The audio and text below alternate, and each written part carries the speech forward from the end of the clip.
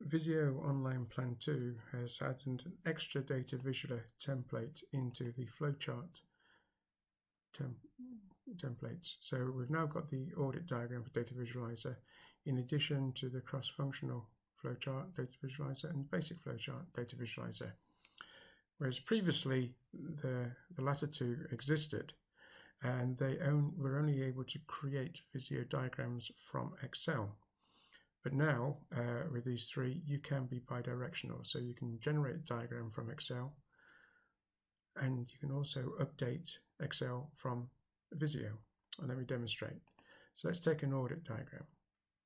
And there we see we've got the audit diagram request. Do we want to actually open up an Excel template? I've got one open already, so I'll just go to that. And what you get within that at the moment is the introduction, just tell you about what you need to do here, and explains to you what the process map is going to potentially look like, as you can see, and that will come from this information in these tables. Notice these are blue headers on these columns here, and when we looked at the actual process map table here, you can see that there are those blue columns. Those blue columns there are ones that are mandatory for the generation of the diagram. So you've got a unique step ID. Later on you'll get the ability of mapping those names to their function, if you like. Then you've got a description of that which will appear as text. And then you've got the next step ID that they're connected to, and they are comma separated, so you can go up to multiple shapes. And if you want, you can have an optional text label applied to those connectors, and the actual shape type itself is here. Now that is actually a lookup list, and you can see, and that's coming from the audit diagram stencil, which is not coming direct. There's actually a hidden, if I unhide here, you'll see that there is a shape notation mapping sheet hidden behind there, which that lookup table is coming from, but we'll just hide that for now. So in our process map table here, we've got our mandatory columns, and then we've got optional ones. Now these can be as many as you like on here. So these green ones will be added as shape data rows in the Visio shapes. Alt description is used for verbalizing the shapes when someone is reading that or trying to understand the diagram and they've got vision impairment. So that could be quite useful. So at the moment here we've got cost, duration. Let's put in some costs. I'm just going to make these up. 150. I don't know, can I fill those all the way down? Yeah, I can do that. And similarly, I could put in durations on these and fill those. Just, it doesn't really matter what they are, just so you can see that the numbers go through. Resources, risks, controls you might put against it. So you can add this in there. You might want to add in something like owner of the task, I suppose. So someone who's going to be an owner, and you can choose to put in, I'll put in me for that, and John, whatever. So if you wanted to, you could do that, or it could be whatever you want it to be. So I'll just add that in for now. And for the alt description, well, it might be a good idea to use the information that's in that process step description. Just add that in there. Oh, did I go one beyond? Oh, it's just on the word wrap. That's all right. All right, so we've got some in there. Now, why don't we try and visualize this now? Or should I add in another row? I'll add in another row first. Let me add in here an 800 issue data report, and let's say deliver report, whatever. Okay, so 700 is going to the 800, deliver that report, yeah. Okay, and what will that be? That will be, well, it's going to be an event. I'll just call it an event, it doesn't matter, and cost to that. It's going to be very low, isn't it? Right, so, and I guess I should have put that really in there as my description. Right, so now I've got that in there. Save that. In fact, I'll close it down for now, just to show there's nothing going wrong here. Right, so in my Visio side of things, I'm going to create a metric unit diagram, and I've got choice. Well, these audit diagrams, I've not got the columns in there for giving me the swim lane or the phase, so I'm going to leave at the cross-functional flowchart options and just leave it on basic flowchart. Now the workbook, I've already saved it, and so that is that particular one there. Then within that workbook, it now goes and reads the tables, so you could have multiple tables of data in there that you want, and this is the first one. Or I could go off to a custom range. I'm going to use that. All right, so now what defines the step ID or the activity ID? What describes the step or the description? And what is the shape type? And because I have put in this alt description one, I'm going to add that into there. And we can see that the owner column has appeared in there that I added in. All right, let's do a next. And now it's gone through and looked at the shape types and make sure that it is one that's on my audit diagram shapes stencil. Okay, and now it's the way things are connected. So you do have options here, whether to just connect them sequentially, don't connect, or connect using columns, which is what we're going to do at the moment. And in there is the next step ID column, which defines which is the next step.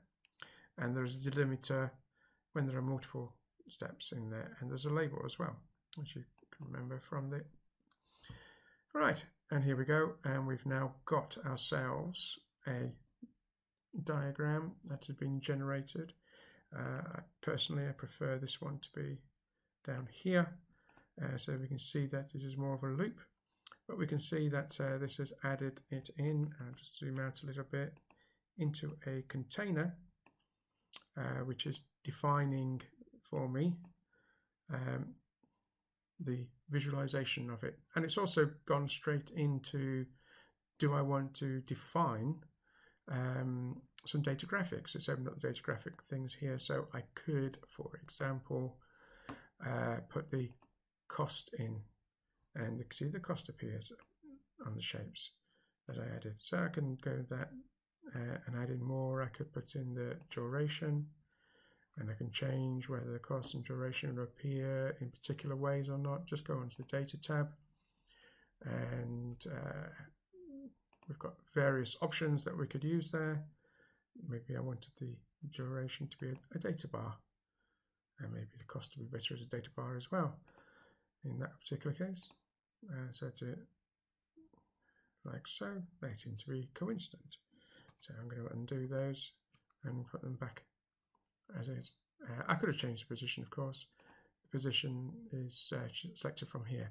But anyway, now I've got that. What do I want to do? Well, maybe I will do that and show that below there, or maybe just slightly off to the side. All right.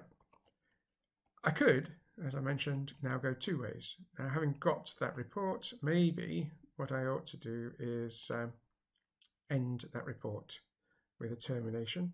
So I could go off, and you see that's using the quick shapes, which are the top four, or I could just drag a terminator on and drop it on top of one of those little blue arrows that appear. And let's give this some text end there, just to show that we can do an update. And now with the container selected, I've got the ability of updating the source data. I'll update that. And it's just going on, and there you go. I've done that, and just to make sure that that has really done that, I'll open that Excel workbook up here.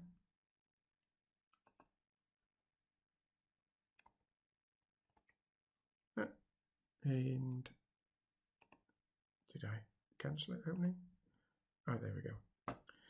And we can see the shape that I added has been automatically ID'd, SP900, given step description end. The link through has been shown. It's been a shape type of terminator, Of course, I didn't fill in any of that information there. All right, let's just check our data went through. Well, we saw it being visualized, so we know that our data went through into each of those shapes. So if I look at one of those, we can see the owner, and well, if I had assigned an owner, etc. But now I could go in and put in a mark or whatever in there, and with that closed, now I should be able to update the source data.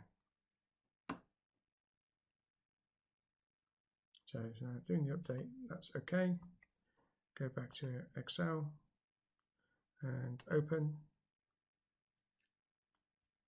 And we can now go over and see that indeed Mark did get added in there as the owner of that.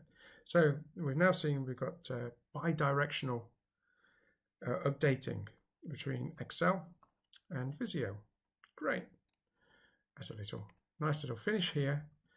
If I was describing this to someone, I might want to put this into PowerPoint. So what am I going to do here? I just show off what we can do with the slide snippets. So I'm just going to open up the slide snippets tab here. I'm going to do an add here, and we'll say, well, we've got this little bit down here that I'm going to call, let's just call it start for now, and add another one in. We'll call that end, and I'm going to make sure that I've got this nice little overlap here between the two rectangles, and just to show that it can zoom as well, I'm going to add another one here, which is the overview. Stretch that out like so, and overview, and let's move that up to the top there. So what I'm hoping now is that when I do export into PowerPoint, I will get these three named slides. As you can see there, overview, I can put further description into it. I've got start, I've got end.